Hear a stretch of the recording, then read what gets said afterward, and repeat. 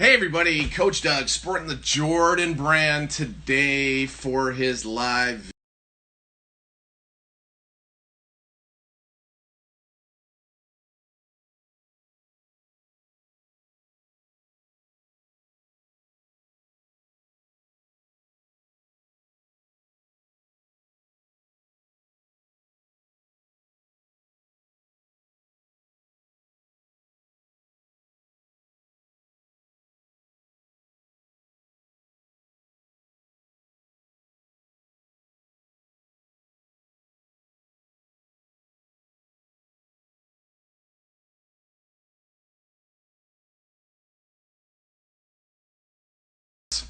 And so I'm really excited about him coming on and hanging out with me. So we're looking forward to it. I'm glad you guys are coming in. If you have any questions, don't forget to hit the question mark down at the bottom of your screen and send it in to me. I'd be more than happy to try and get some of those questions to him. I got some great questions for him. And it's really kind of cool here on COVID Chats with Coach Doug. So thanks again for joining in. If you want, you can make sure to check out all the recordings afterwards. I always throw it up on my YouTube channel, the Focus Golf Group. And you can replay it if you don't get it here on the gram. So, anyways. Well, let me tell you a little bit about this guy while we're waiting for him to log in and hook up with me. So, one of the really cool things about Brady is he has been, since 2007, Golf Magazine Top 100 coach. There he is right there. And I can't wait to have him asked to join in. So, the really cool thing about this is I think it's just going to be a great chat. I've got some great questions for him, and we'll see what happens here. So, ready? There we go. Add him in. And let's hope that Instagram behaves today. And there he is. I like the haircut. You're looking good. Looking good, man. I can't quite sport that. My wife's like, yeah, too much gray. Yeah. Makes me look younger that way. So, anyways, how are you today? Well, mine used to be red. It used to be red. It's getting a little gray. What can Yeah, you I think do? in that picture I posted, it was red. It was pretty red. That's going a few years back, though. That was the first time. That was the really funny part, because I mean, I still remember that so vividly. I'm at the PGA show and you walk by with your buddy, and I'm like, that's Brady Riggs. I was like, so cool, because I was a big fan, following you on, in Golf Magazine and all that stuff, right? And I just walk up and introduce myself and kind of accost you. And we sat there for like an hour outside like the Flight Scope booth, and we like just chatted like crazy. And then it was like every year it was like he came back for open forum. We chatted then for another hour. It was like more and more. The really cool part is like we were talking about different things, from reggae to golf to like soccer to all kinds of being a parent, all those kind of things. And that's kind of why I was really excited when you said, yeah, I'd love to have you on. How you holding up in this kind of craziness? Like everybody else, we're trying to occupy ourselves, a little stir crazy, but I feel bad for everybody that's out there having to, go deal with it on the dangerous levels. I have a lot of friends that are in the healthcare industry. It's just those guys. I have no idea how somebody can be that brave. I'm a coward. I'm indoors the way I should be, and in terms of golf and the business part of it, doing what I can do to stay kind of busy. So I'm doing some online lessons and a lot of these kinds of things, and really reaching out and having conversations with other professionals that are in the same boat. And that's been it's actually been one of the good things, is being able to touch base with everybody. You brought up a really good point there. Yesterday, one of my colleagues, Nick Starchuk, he put together a Zoom call for about 12 to 14 of us, that just to touch base for a quick half hour. Just, what is everybody doing? Kind of like, hey, does anybody have anything new that they're doing? And, it's all the guys in the greater Toronto area, which is, a very big circumference. But, it was really nice to just everybody get online and say hey to everybody. And, what are some of the strategies you guys are doing? And it's really a nice connection point, right? And I mean, one of the things I like what you're doing is you started up on SoundCloud. Everybody, if you don't have SoundCloud, download SoundCloud and go find Brady Riggs Golf Gab. It's a pretty cool podcast that he started up, and he's had some pretty great people. Kicked it off with probably one of your favorite people, your daughter. Indeed. Which was a great podcast. I had a chance to listen to a couple of them, and you know what? This is the reason. Like, the reason I'm doing these things is to just bring people that we connect, like you and I. But the really cool part is bringing my circle so that they can expose to some of the greatness that you have. And I'm not blowing smoke up your butt when I say that. And I'm just saying, like, you know, not a lot of people get a chance to, you know, either ask you a question or listen to some of the things that you have to do. And, you know, that's one of the cool things about this technology, right? I really find it so amazing. So, you know, so quick question.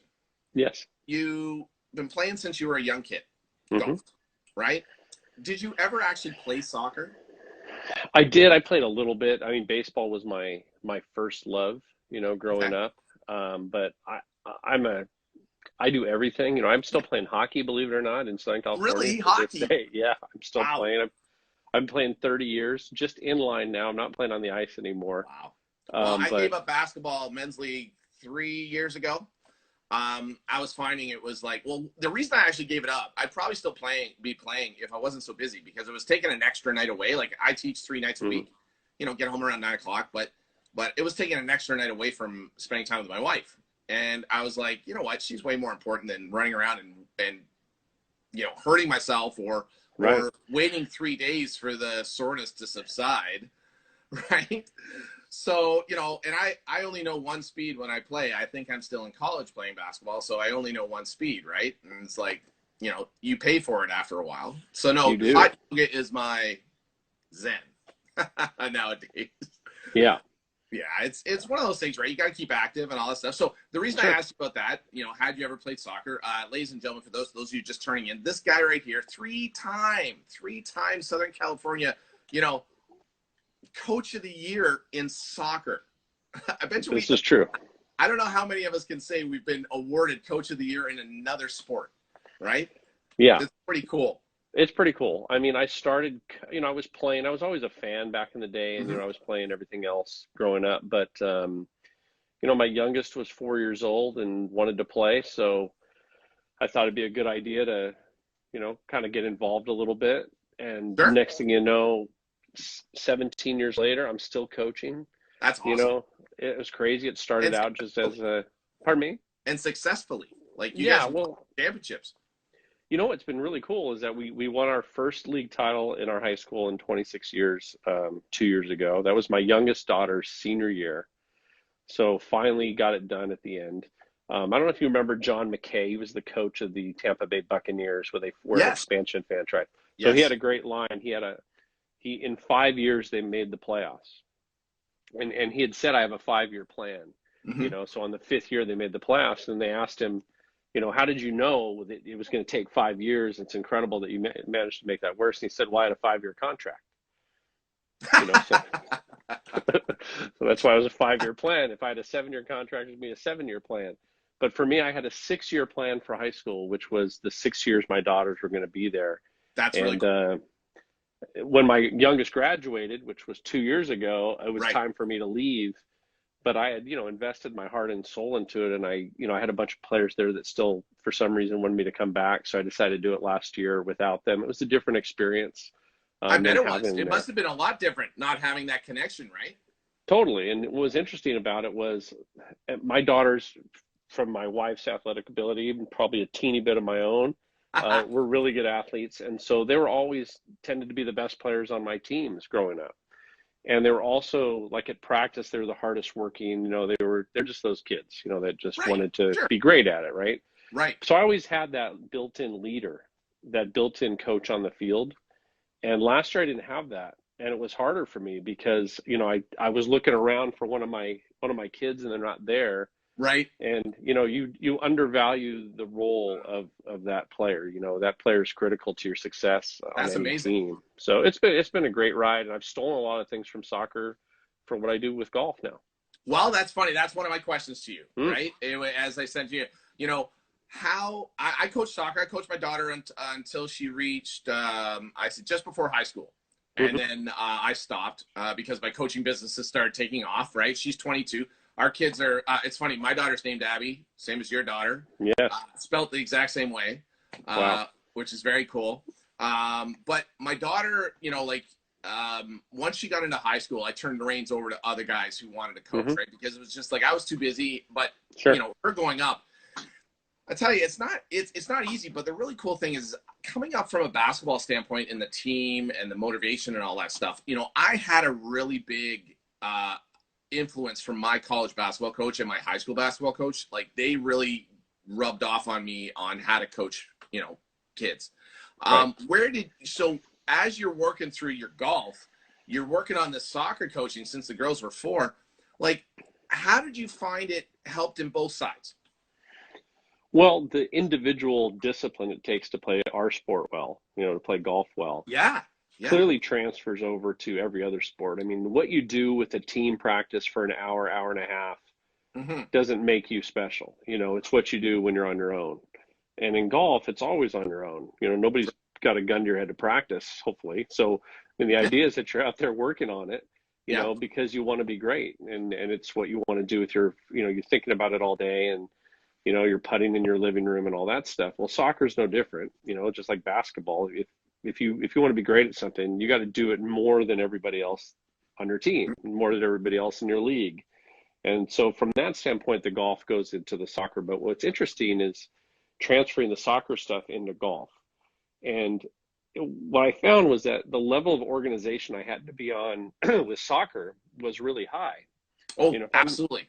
If I'm running a high school tryout and I've got 70 girls at one time, and I'm in charge of that, and I might have 1 or 2 other coaches with me, how do I organize that time so that it's effective, that I can, see what other kids are, see what they're doing, maybe help people get better, all that stuff. That's a pretty high level of organization versus, one-on-one in golf. So totally being a little more detail oriented really helped. One of the things that helped me the most was going to watch Coach K. Oh, so, wow, cool. I was so fortunate. We had Ed Bargwin, who is at Duke University Club, a top 100 guy, great teacher, and one of my mentors, actually, a terrific dude. Really? Yeah, he's fantastic. We had a top 100 summit at Duke University, and everybody that was there, we got an opportunity to go watch Coach K run a practice. Oh, come on. Dude, it was profound. Cool. It was profound. Like Shane Battier was there. He had just graduated, so he was there kind of watching as well. And a couple of former players were there. And what was so fascinating about it was that Coach K, like he's not what you'd expect when it comes to a big time program, right? Like you'd expect a lot of the assistants to be doing a lot of the coaching. No, not with Coach K. Coach K is on the court running practice. Sure. And here you have a bunch of McDonald's All-Americans, right? The best players in the country go to Duke University, go play basketball. And they are riveted. Like there's no bouncing the ball in the gym when Coach K is talking. None of that. The graduate assistants are they have a towel over their shoulder, and they've got the ball under their arm with the Nike logo out. And then as soon as the whistle blows, they take the ball and put it in front of them with the Nike logo out. And if Coach K looks at him, they throw him a bounce pass. I mean, the level of detail that goes into the whole thing, his practice times are to the minute. We're going to do this for this amount, this for this amount. So that part just blew my mind, that he was that organized. But then the amazing thing was he was coaching. And, he started out, they were doing defense. Sure. And so we started out with, your basic practice session, right? Which is the warm-up was like footwork for defense. And then he was doing this drill and that drill. And then they were going into like playing a game. Well, he wanted this one guy to get up on the opposition player as soon as they received the ball. He wanted him underneath him, so he couldn't put the ball on the ground. For sure. Well, the ball swung around, went to the guy, and he didn't close down the space fast enough. And so Coach K blows the whistle. All the graduate assistants gets the ball, and he goes over and he said, I want you up and, I want you right on top of them. This is unacceptable. You got to get up there much faster. And like the whole place was like, uh-oh, Coach K is like not happy. Right. Well, then maybe 2 minutes later, he did the same thing. No. Uh-oh. Yeah. Uh-oh. And Coach K just tore him a new one like you had never seen. Like I was there and I was like blown away. I was like, whoa, like I was nervous. That's You cool. know, Yeah, you're nervous and you're watching. What is I this was just kid thinking, watching, right? but the level of intensity from Right. that moment on in practice Mm-hmm. was like nothing else. Like it was, everybody was just bringing it. And just watching Oh, a guy organize a practice like that and just yeah. get in there and all those little details about coaching, you know, Right. man, it was special. And I tell you, like it had a big influence on me. Well, you're bringing up some really good points here because one of the things I do for my associate for the PGA is I actually do this community golf coach program where I go Hmm. around and I train people on how to become a community golf coach to help junior programs and so on and so forth. But Right. in that component, there's a point about how you structure your activities and how to plan a practice. Uh, Right. it's a really interesting point, and you're touching on some things. And I played for a guy who's going to go down in the annals of Canadian basketball as one of the best Hmm. coaches of all time. He Wow. coached the Olympic team with Jay Triano. He's an amazing historian both in golf and in basketball. But the really cool thing about him is that he garnered I was going to say Coach K level, but he garnered so much attention when he spoke in practice. It was like we stopped, we listened, and I played with some really, like some tough cats who guys were like, yeah, I'm really good and all that stuff. But honestly and truly, it was like they garner the attention so fast. And you're watching him coach these these All-Americans from McDonald's All-Americans, and these guys just stop. And he's absolutely on this guy who is by far a far better basketball player than, 3/4 of the rest of the NCAA, and he is just not accepting the effort. Right. And that's really cool. You peel so many different things from just watching the attention to detail, right? And I think what you said is so true, like the organization of a practice, but also he didn't talk too much, No, so like that just the right amount, and saying a lot in fewer words is always more impactful than that's saying an a art. lot of words, That's an art. so it is, and something Yeah. I think we get better as teachers, right? So instead of telling the student all we know about, the 700 variations of a takeaway, you know, we talk about the one thing in there that they need to do a little bit better so that they can improve, so it's not, we're trying to always just be a little more concise and be a little bit more, Mm-hmm. kind of specific, but also just motivate them in small ways along the way so that they know, hey, this is really important. But if you're always like, if Coach K is always on that level where it was Mm-hmm. just up here, it would mean anything. I'm sure Bobby Knight may have had that problem right over the Maybe, years. yeah, Just a little bit. intensity to the nth degree. But you bring up a really interesting point, and I want to kind of spill this into my one of my questions is that, it the difference between a teacher and a coach, because I would say you and I have a very profound, deep knowledge on coaching in terms of Hmm. like the things that we've done and the people that we've exposed to when we stand around. One of the things I do admire about you is your demeanor and the way that you come across. It's very calm, a little different than myself sometimes. But one of the things I like about it is that it just is so. I would say it's almost very thoughtful.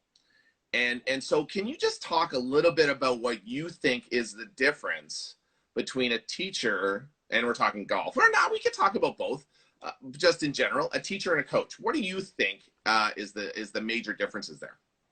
I think teacher to me means I'm instructing something technically, you know. Cool. Coach to me is how am I going to help you with your performance? And they're not always the same thing, they should be sort of in different lanes to a certain degree. 100.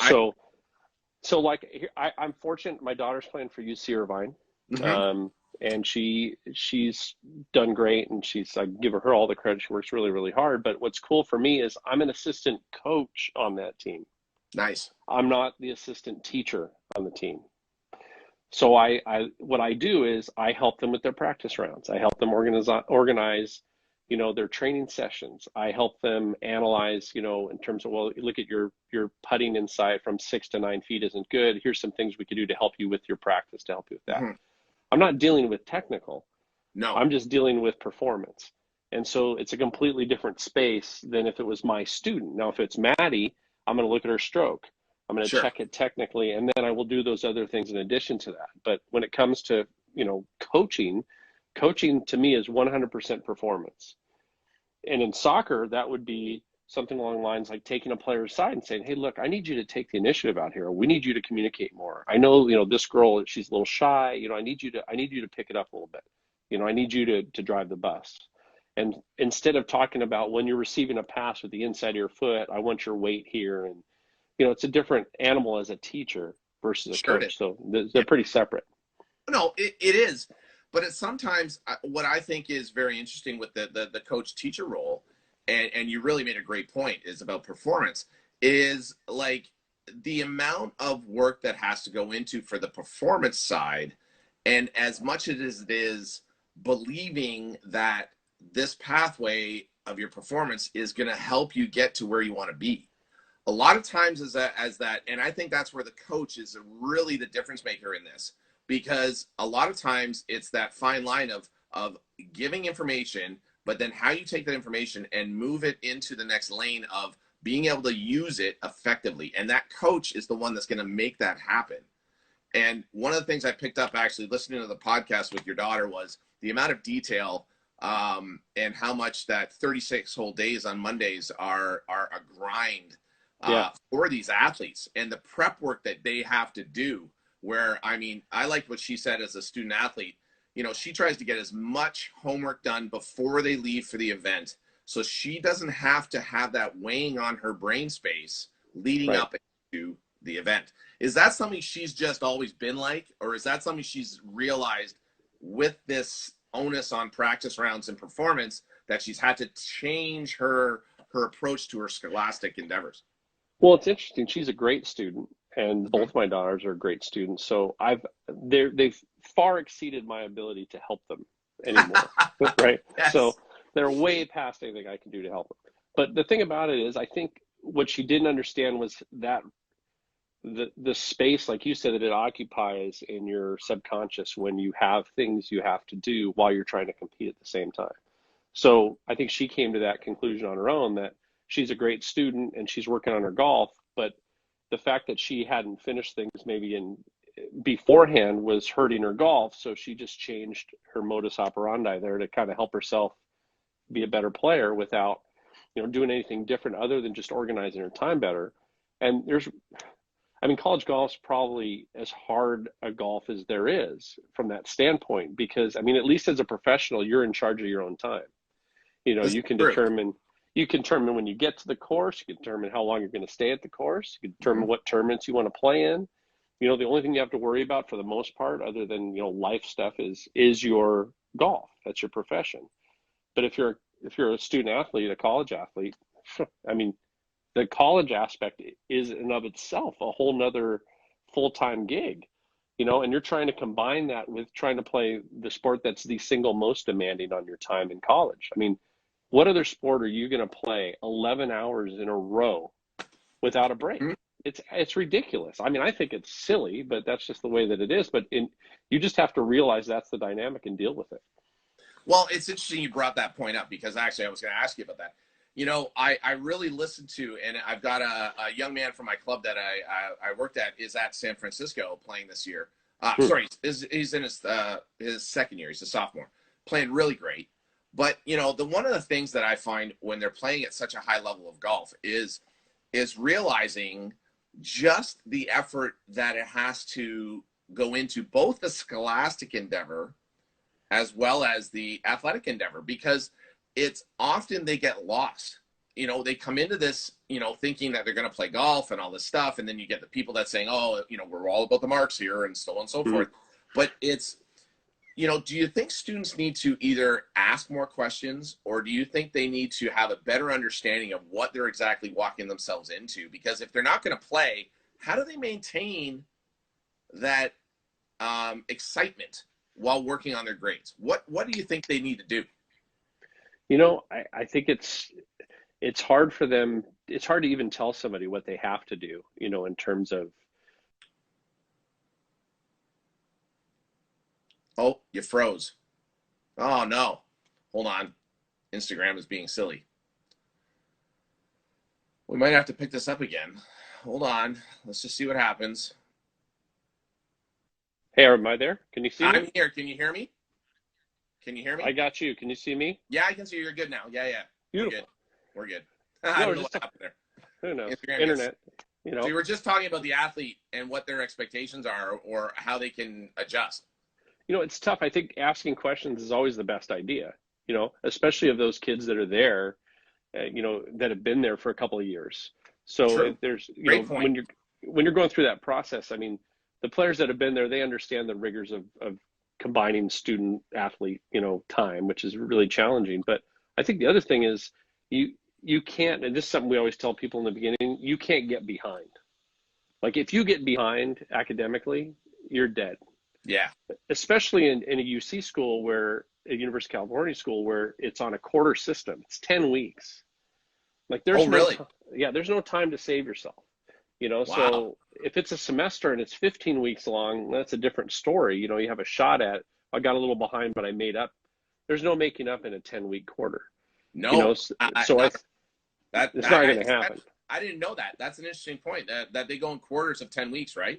Yeah, they do. So there's three different, you have the fall, winter, and spring quarters. Interesting.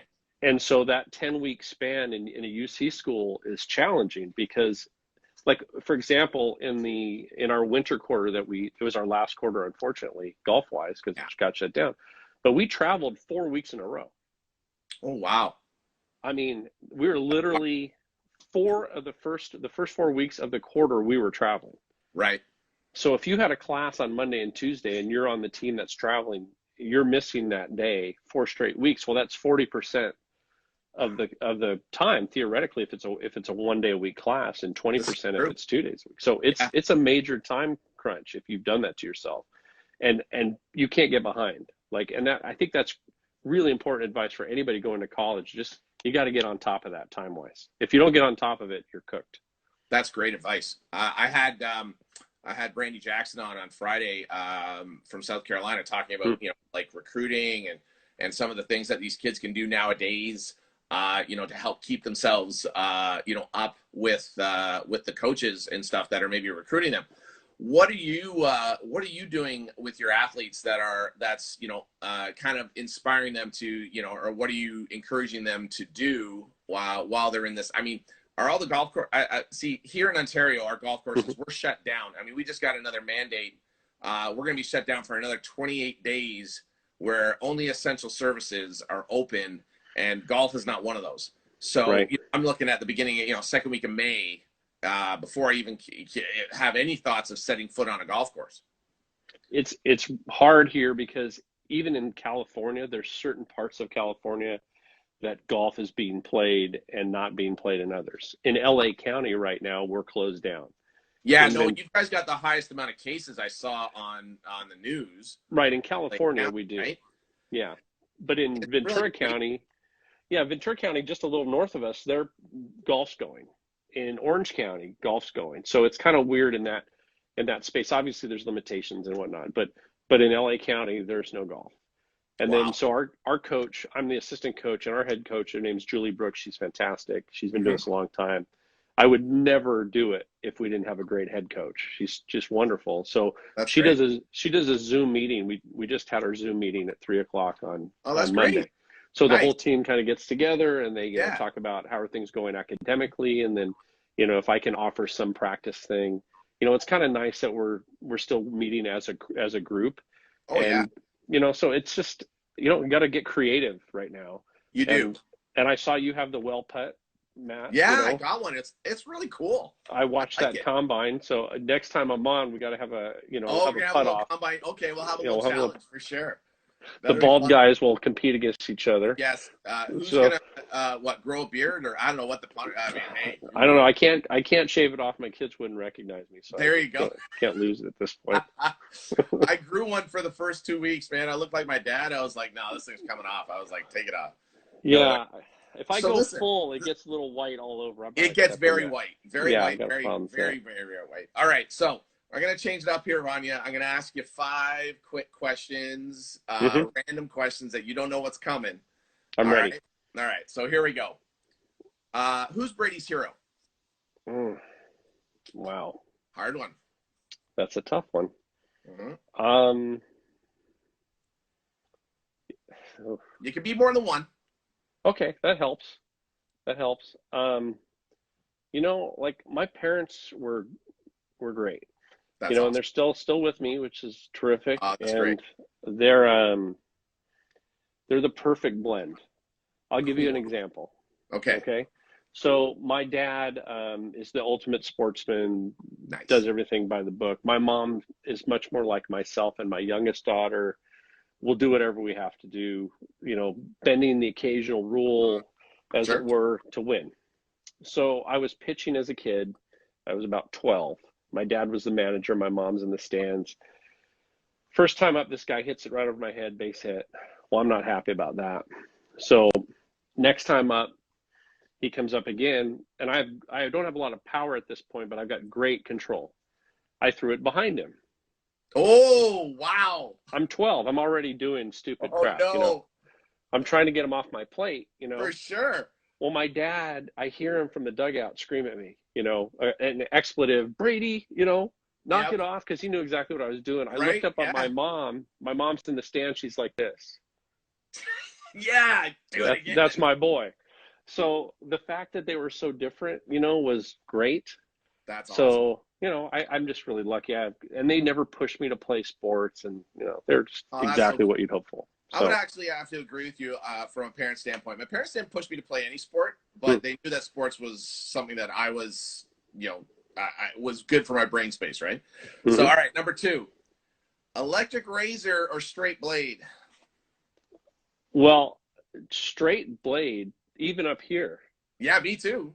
See, I'm the simplest person. So like in the bathroom, I have soap because I shampoo, Yeah. that's overrated. What for? You know, soap, razor, toothbrush, toothpaste. What else do you need? There's nothing. Oh, I tell people all the time, I save so much money on hair products. It's No unbelievable. doubt. No, we Right? travel light. We travel Very light, light. and we're cheap. It's beautiful. Exactly. All right, that's perfect. So who's playing your stunt double in the movie about Brady Riggs? Wow. Okay, so you'd have to see the picture to believe it. Okay. But when I was younger, the hair was blonde. Okay.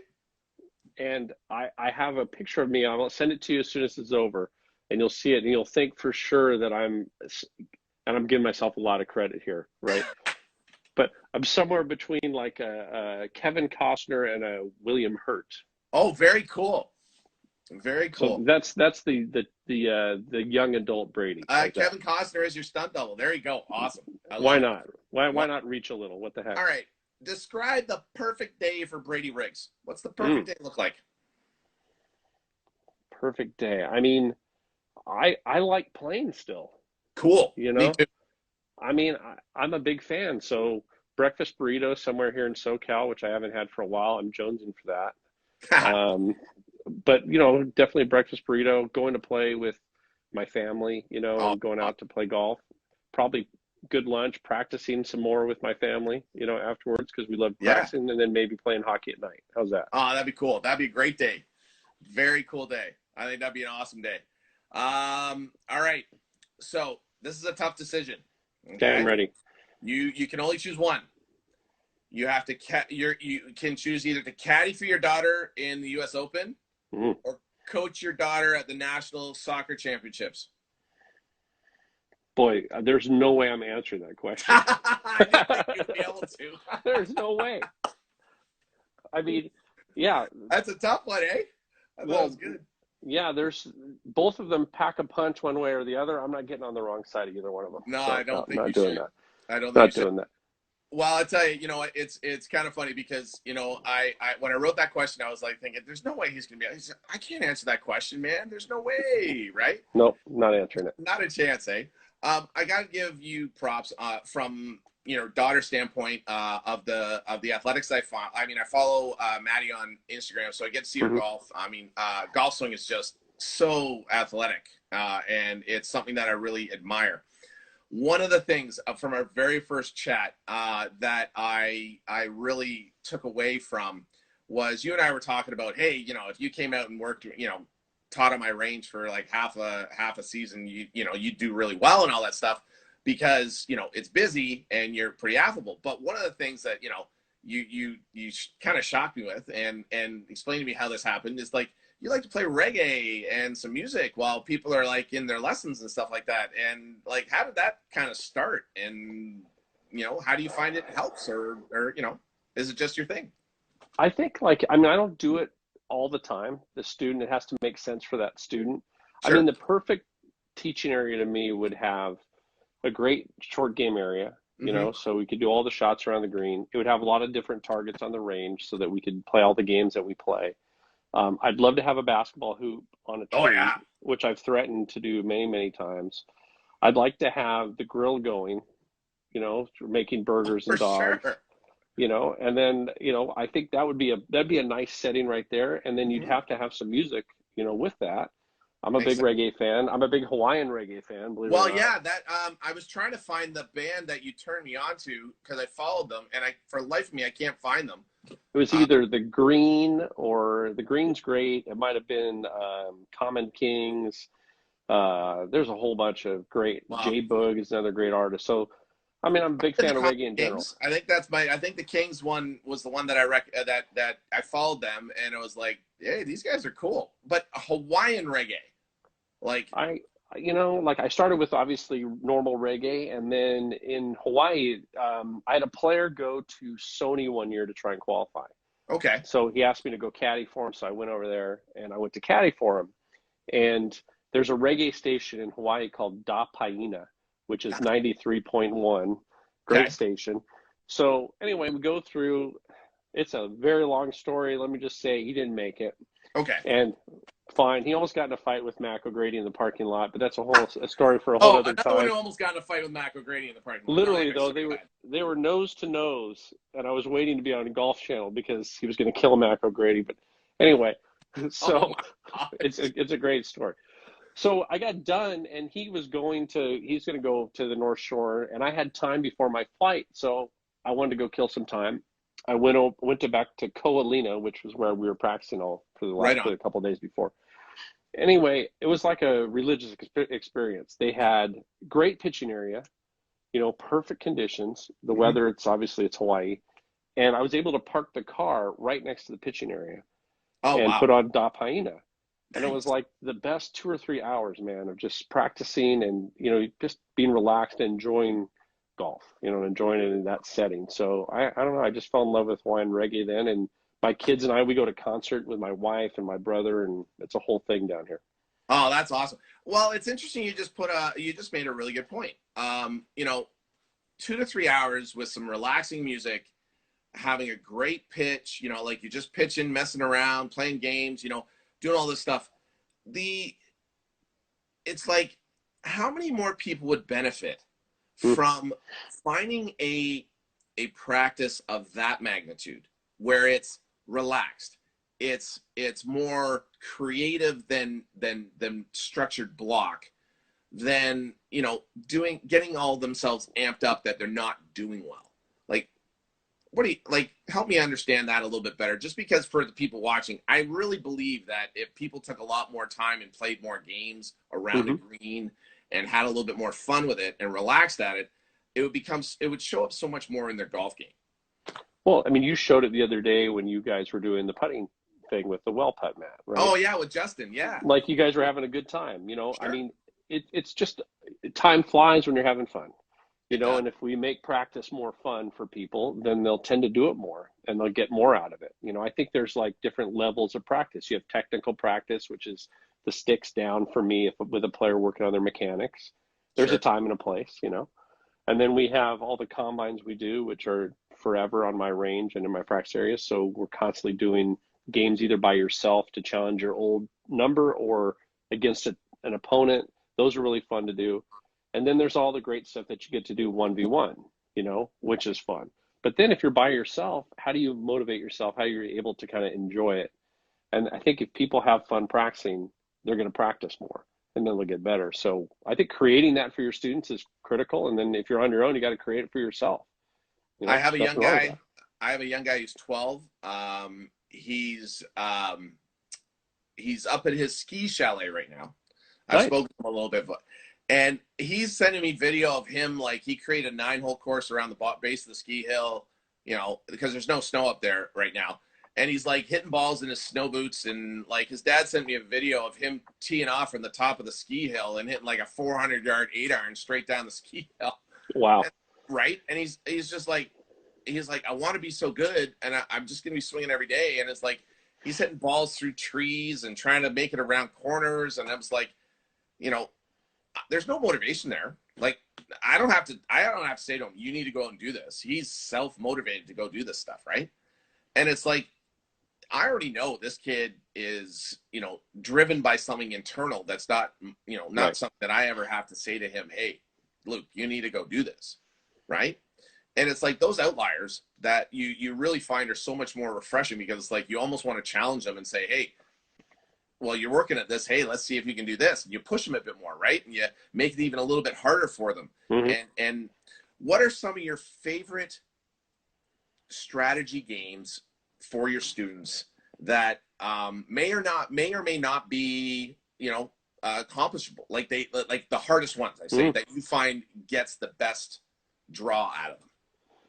Well, I could go on and on, Doug. This is an area that's close to my heart as a teacher and a coach. This is our coaching stuff, right? So the one I like the most is called a 3-ball game. Okay. And the best way to describe it would be this way. We all probably, did you spend yesterday watching the 2019 final round of the Masters like everybody else did? No. Doug, I'm a little disappointed. Oh, man, I've got other things to do. I understand. So it was interesting, though, because they had it on yesterday, and it's sort of a perfect example of what this game is supposed to be. Okay. So the 12th hole, right? We all know the 12th hole at Augusta. The pin's on the right-hand side on Sunday, and Tiger hits it over the left half of the bunker. Mm-hmm. And Finau puts it in the water, and so does Molinari, right? Mm-hmm. So that's a perfect example of kind of how aiming and knowing that the target isn't always the flag is really important, mm-hmm. because Tiger wanted to have nothing to do with the flag. Right. So we have this game where you get 3 points to hit it in a zone that's close to the trouble, 1 point if it's a little further from the trouble, 0 points if it's really far from the trouble, but -5 if you're in the trouble. Oh, so wow. Very essentially, cool. It makes you have to be able to hit it in the correct place when you miss it. And it's really, that's how you go out and score. Sure. If we build on that example of the 12th hole at Augusta with Tiger, and we went to 15 on that same round, Pin's on the very left side now on the final round, and he's got a 4-iron. He hits it, starts it on the right half of the green, draws it right in the middle of the green. It's exactly where he was aiming. Mm-hmm. Another example of scoring points, not trying to take chances at a flag, but actually playing into a zone. So more of a zone rather than a sniper, Yes, 100%. Our eyes always go to where we think we got to go, which is the target. But what this sounds so amazing, because it's like, okay, no. Where can you put it and still have a chance of making birdie or eagle, right? And instead of hitting it in some place where you might make double. And even on the last hole at Augusta last year when Tiger won, mm-hmm. and he had a 2-shot lead on that last shot, and he knew what his lead was, he did not aim for the green. He intentionally put the ball right at that green because he didn't want to deal with the bunker in front of the green. So that's part of the combine too, is knowing based on circumstance where to aim. So in his case, he would have aimed into the 0. He wouldn't have gotten a point. True. Because he didn't need a 1 point or a 3 point. He just needed to not have a minus point. Right. So by aiming to the right of the green, he was winning the tournament. So the things that we do on the range and in the practice area, it's always about winning those combines, and not necessarily about perfection. I don't care about perfection. In fact, on this drill, which is really fun, we say the worst score you can get is a -15. That's 3 straight -5s, right? Mm-hmm. The second worst score you can get is 9. Which is 3 straight 3s. Because what that means is the last shot, you were an idiot. All you needed was 5 points. You were at 6. And all you needed was a 0. You could just blow it out into the safety zone, no problem. But you chose to go so close to the target that you almost had a minus and lost that combine. So everything I'm doing, I'm trying to get my players to win and to learn what that feels like, because the target changes all the time and the circumstances are dictating where you're aiming. And we want that pressure, So I think what you said is true. Like, I don't care if they succeed they don't get a second chance in these combines. If they fail it, they fail it. On to tomorrow. Try and do it better the next day. Right on. So do you ever do this? Do you do it specifically on the range, or do you take it out on the course? Like, how do you do a mixture? You're so smart. Such a good question. So yeah, we do it so that on the range, for example, the average proximity to the hole in the PGA Tour from 100 yards is 20 feet as a rough estimate, right? Yeah. So we set up the scoring zones so that they make sense for that distance that you're hitting. Okay. So if it's a 20-foot space like that, then Hmm. we'd say, okay, half of that space would give you maximum points. So if you're within 10 feet of the hole, you'll get this. But if you're 10 to 20 feet, you get less points. Got it. But you're at least scoring if you hit it into that zone, right? Sure. Well, it helps people understand because people don't know how far by visual something is from a hole. They have a tough time doing that. Now I've got a strategy. I'm not going to give it away here, but No, basically no. you can use aim point with your finger from the fairway next to a flag and know how many yards a finger is from certain yards. Okay, that's freaky because my friend Chris Dickinson, he and I were just talking about this last week. He had this brainstorm of like, hey, if you stood in the middle of the fairway and you held up like two fingers against the flagstick, because that's a two, because you think it's like, you I'm got to hit it over here and all this stuff. I was just like, dude, like that's crazy. That's like, I'm like, that's a pretty interesting way to go about it. And then you just, I mean, you just bring it up. I was like, wow, maybe he's, it's kind of neat. Interesting point. It is. But if you understand that, then you know where to aim. And obviously, we know about Decade, and we know Scott Fawcett's work and built on Yeah, yeah, Mark yeah. Brody Scott's and put all in that stuff. a layman's amount of work into, I mean, 60 million lines of code or something like that he's written. Right. It's pretty amazing. But I So, think the thing is, like, then so from the range, we can work on that on the range with certain for sure. clubs, with certain widths, and then on the course, we want to take that to the course and explain, hey, this is the same combine we're just doing on the range. The target here, the flag's on the right hand side of the screen, but that's not our target. The 3-point zone is from that flag over another, if it's a 150-yard shot, then 25 feet, that's 8 steps over, and we kind of approximate where that is. Right. And then we help them aim accordingly. And I Sure. think people, first of all, they have no idea what a good shot is. No clue. You know, they think, they're aiming at the 200 sign and they hit it 10 steps offline and they're like, oh, I'm terrible.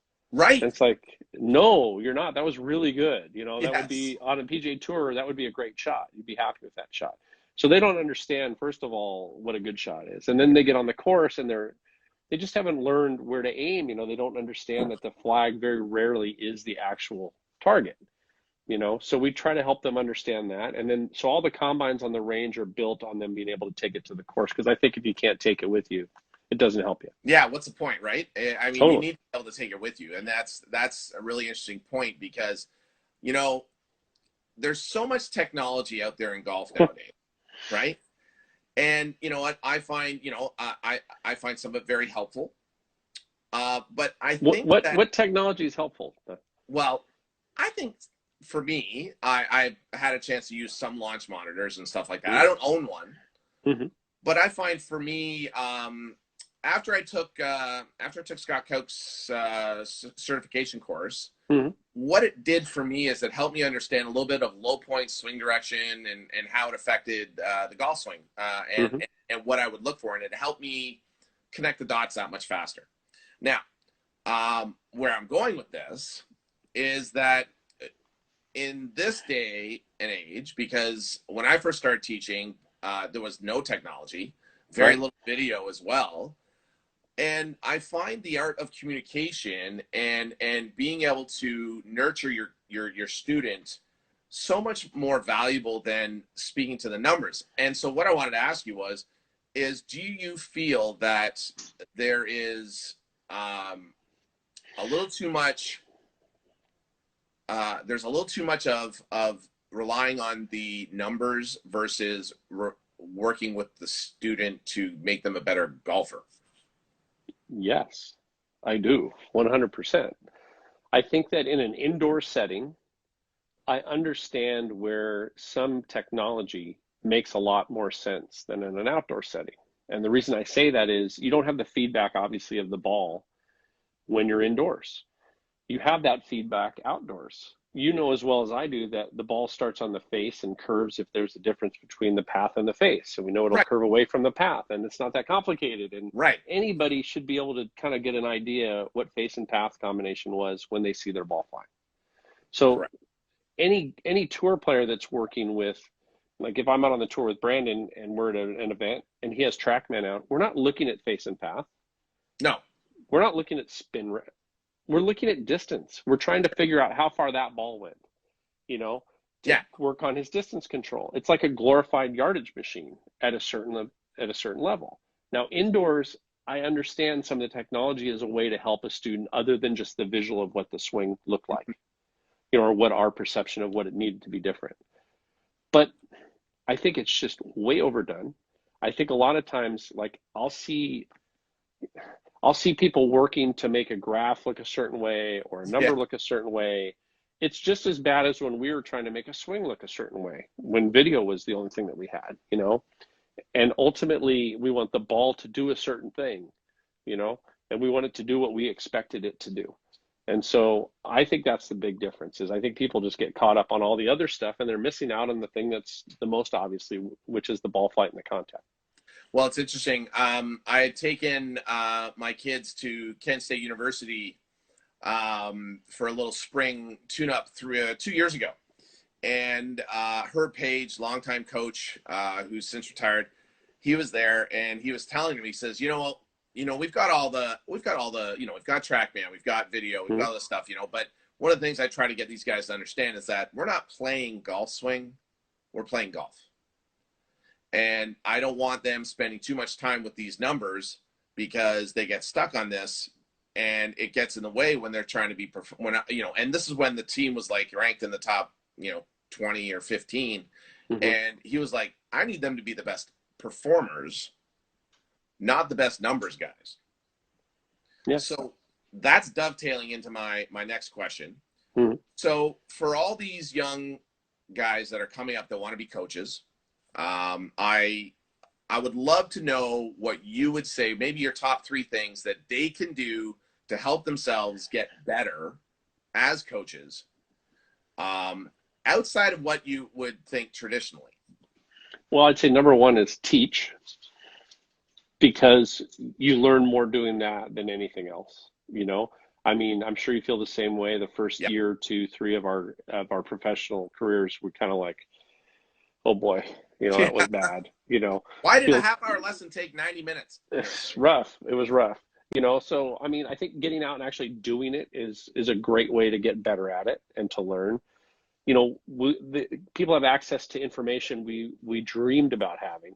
I mean, if you wanted to go know what Jimmy Ballard was teaching, or David Ledbetter, or Jim Flick, whoever it was in my era, then you had to go watch them teach. Yeah. Now, I still think that's a great way to get better, is to go watch somebody actually teach, not give a seminar, not talk online, but actually go watch them. So if it's what you love to do, you should go watch people do what you love to do, because it'll help you do it better. So, but the fact that there's all that information out there, it's helpful. There's no question. It also can be bad, but the fact that it's there, there's no reason not to know what somebody's philosophy is. If you really care, you're like me, you're probably on your phone at night, everybody's asleep, and you're scrolling through somebody's feed on, oh, well, look at that, they were teaching that. Yep. I mean, that thirst for knowledge is something that's got to be there, Then I think too, got to be able to disprove yourself. It's a big deal. Oh, wow. I like that. That's really cool. Oh, you froze again. Oh, there you are. Sorry. Here I am. So, like, you got to be willing to prove yourself wrong. So whatever you think you are for sure, this is it. This is something that's an absolute. If you can prove yourself wrong, then it isn't an absolute. And you got to test that. So I'll give you an example. Does your front foot need to be on the ground at impact? I remember when I was a kid, it was like, oh, you're on your toes. You got to get on your toes. Well, we see like Lexi Thompson and Bubba Watson's foot and Tiger and all these great players whose front foot with a driver is gone. It's going somewhere, so that can't be an absolute. So don't be so sure about everything that this is it. I know this is a big deal. You got to go out and try and prove yourself wrong. And if you can't prove yourself wrong, maybe you got something there. that matter. So I'd go with those three things, like to I me, love it. it's teach. That's number one. Get that info. If you can go watch somebody, man, that's huge. And then the third thing is be your own worst critic. Make sure that you test yourself and see if you're incorrect, because you probably are, and you got to Yeah, you kind of probably are. rework it. That's You're it. probably I, wrong. I think, those are some amazing words, and I couldn't agree with you more, because one of the things I think, the more reps you get, it can't be bad. And you're right. If you look back at what you did, when you started, and all these things, and you're sitting there going, oh my gosh, what the heck was I thinking? Right? It's kind of like why, I love using my hashtag of better never stop. It's not my hashtag, but it's a great hashtag, because if you want to get better, you can't stop. You can't settle. If you think you know it, Mm-hmm. it's like, well, why do you think you know it all? Like, I don't think you can ever stop learning. And if you're not learning and failing, you're not getting better. So, it's the constant thing as a coach, and someone who always wants to help others, because we have that deep rooted sense of Sure. helping others. That I think it shows up, and I mean, one of the things I can say is, like, I can't thank you enough for coming on. I mean, an hour goes by like that when the subjects keep going. I might have to get you back on here to talk more stuff. But I mean, first of all, when are you coming out east? Oh no, you won't come out east because it's too cold. That's right. You Hey, don't like the cold. let me tell you, I'm in the house and I have my hoodie here just in case I got a little chilly. If it gets in the 60s, the beanie's on. You should Oh my know. gosh, man. I'm in shorts. It's like Yeah. unreal. And I gotta tell you, love the fact that you teach in hoodies and pretty much don't get out of your rain pants like until it's like the True. middle of July, which is fantastic. So But true. from the bottom of my heart, man, can't thank you enough coming on today. Just great seeing you again. You too. Always so great to just listen to your wonderful wisdom. Please tell your daughter I'm a big fan. Actually, both I of them shall. as athletes, and stay awesome. I'll make sure I get you back on here again. That'd be awesome, Brady. Thanks so Sounds much. great, man. Thanks for having me on. I really Have a appreciate great it. night. Stay safe. You too, buddy. Be good. Bye bye.